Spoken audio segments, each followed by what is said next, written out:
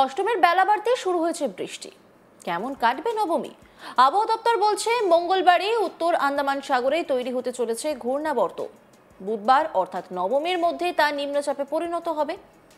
নবমী থেকে কলকাতা এবং শহরতলি এলাকায় বজ্রবিদ্যুৎ সহ ঝড় বৃষ্টির সম্ভাবনা রয়েছে। বৃষ্টি হবে দক্ষিণবঙ্গের প্রায় সব জেলাতেই। দশমীতে ভারী বৃষ্টিপাতের ইঙ্গিত মিলেছে হাওয়া অফিসের ওয়েদার বুলেটিনে।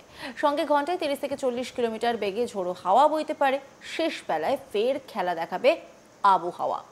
নবমী থেকে একাদশী পর্যন্ত ভারী বৃষ্টির সতর্কবার্তা জারি করা হয়েছে ইতিমধ্যেই। কলকাতা, হাওড়া, পশ্চিম মেদিনীপুর, ঝাড়গ্রাম, পূর্ব বর্ধমান, বীরভূম, মুর্শিদাবাদ এবং নদিয়ায় অতি ভারী বৃষ্টি হতে পারে 24 পরগনা, হুগলি এবং পূর্ব মেদিনীপুরে। এই 4 জেলার জন্য কমলা সতর্কবার্তাও জারি করেছে আবহাওয়া দপ্তর। হাওয়া অফিস জানাচ্ছে উপকূলের জেলায় ঝড়ের গতিবেগ 50 কিলোমিটার পর্যন্ত হতে পারে। নবমীতে নিম্নচাপে কলকাতাতে ভারী বৃষ্টির সতর্কতা রয়েছে।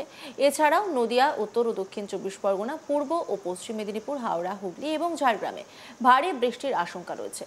একাদশীতেও পশ্চিমের বেশ কিছু জেলা ভাসতে পারে। পশ্চিম মেদিনীপুর, বাঁকুড়া, পুরুলিয়া, পূর্ব ও পশ্চিম বর্ধমান, বীরভূম, মুর্শিদাবাদ জেলার কিছু অংশে ভারী বৃষ্টির সতর্কতা জারি করা হয়েছে। উপকূলের জেলা পূর্ব এবং পশ্চিম মেদিনীপুর এবং দক্ষিণ 24 পরগনা জেলার পুজো মণ্ডপে বৃষ্টি ও ঝোড়ো হাওয়ার দুর্যোগের পরিস্থিতির সম্ভাবনা রয়েছে। প্রসঙ্গত, অষ্টমীর বিকেলের পর থেকেই দক্ষিণবঙ্গের আবহাওয়ার পরিবর্তন হতে শুরু করবে। নবমী ও দশমীতে প্রবল বৃষ্টির সতর্কতা জারি করেছে আলিপুর আবহাওয়া দপ্তর। প্রশাসন ইতিমধ্যেই সতর্ক হয়েছে।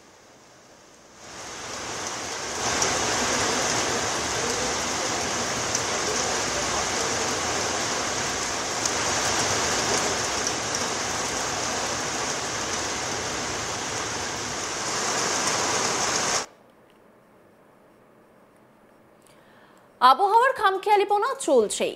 ইতিমধ্যেই আমরা জানি প্রবল বৃষ্টিতে গোটা একটা দিন গোটা শহর কলকাতা পুরোপুরি কোল্যাপসড হয়ে গিয়েছিল। শুধুমাত্র শহর কলকাতা বললে ভুল হবে, কলকাতার পার্শ্ববর্তী যে জায়গাগুলো রয়েছে প্রত্যেক জায়গার পরিস্থিতি কিন্তু যথেষ্ট খারাপ হয়েছিল।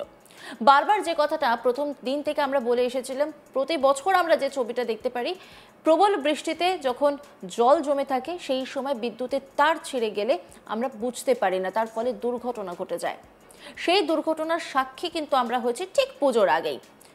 তারপর থেকেই বারবার হাওয়া অফিসের তরফ থেকে যে বার্তা দেওয়া হচ্ছিল, গোটা পুজো ভেস্তে যেতে পারে, গোটা পুজোতেই বৃষ্টি হতে পারে। আর সেই মতো যে ছবিটা দেখা গেল যে সপ্তমীর দিন অবধি মোটের ওপর ভালো কাটলেও অষ্টমীর বেলা বাড়ার সঙ্গে সঙ্গেই কিন্তু কলকাতা সহ শহরতলি এবং রাজ্যের বিভিন্ন প্রান্তে আকাশের মুখ ভার হতে শুরু করে, কালো মেঘ দেখা যায়, বেশ কিছু জায়গায় বৃষ্টিও কিন্তু পড়তে শুরু করে। আর তারপর থেকেই যে ছবিটা আমরা দেখতে পাই, ধীরে ধীরে আবহাওয়ার পরিবর্তন হতে শুরু করছে। নবমী কি তাহলে ভেস্তে যাবে? নবমীর প্ল্যান ভেস্তে যাবে? প্রবল বৃষ্টির আশঙ্কা কি বলছে আবহাওয়া দপ্তর? বলা হচ্ছে যে মঙ্গলবারই উত্তর আন্দামান সাগরে তৈরি হতে চলেছে ঘূর্ণাবর্ত। বুধবার অর্থাৎ নবমীর মধ্যে তা নিম্নচাপে পরিণত হবে। নবমী থেকে কলকাতা সহ শহরতলি এলাকায় বজ্রবিদ্যুৎ সহ ঝড় বৃষ্টির সম্ভাবনা রয়েছে। বৃষ্টি হবে দক্ষিণবঙ্গের প্রায় সব জেলাতেই। দশমীতে ভারী বৃষ্টিপাতের ইঙ্গিত মিলেছে হাওয়া অফিসের ওয়েদার বুলেটিনে।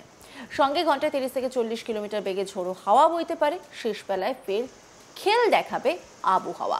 নবমী থেকে একাদশী পর্যন্ত ভারী বৃষ্টির সতর্কতা রয়েছে কলকাতা, হাওড়া, পশ্চিম মেদিনীপুর, ঝাড়গ্রাম, পশ্চিম বর্ধমান, বীরভূম, মুর্শিদাবাদ এবং নদিয়ায় অতি ভারী বৃষ্টি হতে পারে 24 পরগনা, হুগলি, পূর্ব মেদিনীপুরে।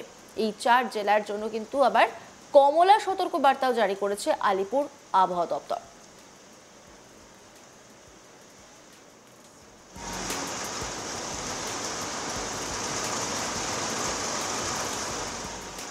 হাওয়া অফিস জানাচ্ছে উপকূলের জেলায় ঝড়ের গতিবেগ 50 কিলোমিটার পর্যন্ত হতে পারে। নবমীতে নিম্নচাপে কলকাতাতে ভারী বৃষ্টির সতর্কতা রয়েছে। এছাড়াও নদিয়া, উত্তর ও দক্ষিণ 24 পরগনা, পূর্ব ও পশ্চিম মেদিনীপুর, হাওড়া, হুগলি এবং ঝাড়গ্রামে ভারী বৃষ্টির আশঙ্কা রয়েছে। একাদশীতেও পশ্চিমের বেশ কিছু জেলা ভাসতে পারে।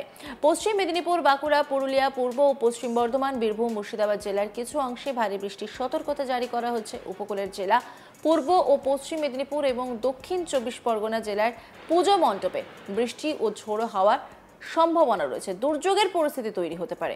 প্রসঙ্গত অষ্টমীর বিকেলের পর থেকেই কিন্তু ধীরে ধীরে ওয়েদার পরিবর্তন হতে শুরু করেছে। নবমী দশমী কিন্তু ভাসতে পারে বলেই মনে করছেন আলিপুর আবহাওয়া দপ্তরের অধিকর্তারা। অন্যান্য খবরের আপডেটের জন্য অবশ্যই নজর রাখুন আজ তাক বাংলার ইউটিউব স্ট্রিমিংয়ে। লাইক, কমেন্ট, শেয়ার এবং সাবস্ক্রাইব করতে ভুলবেন না।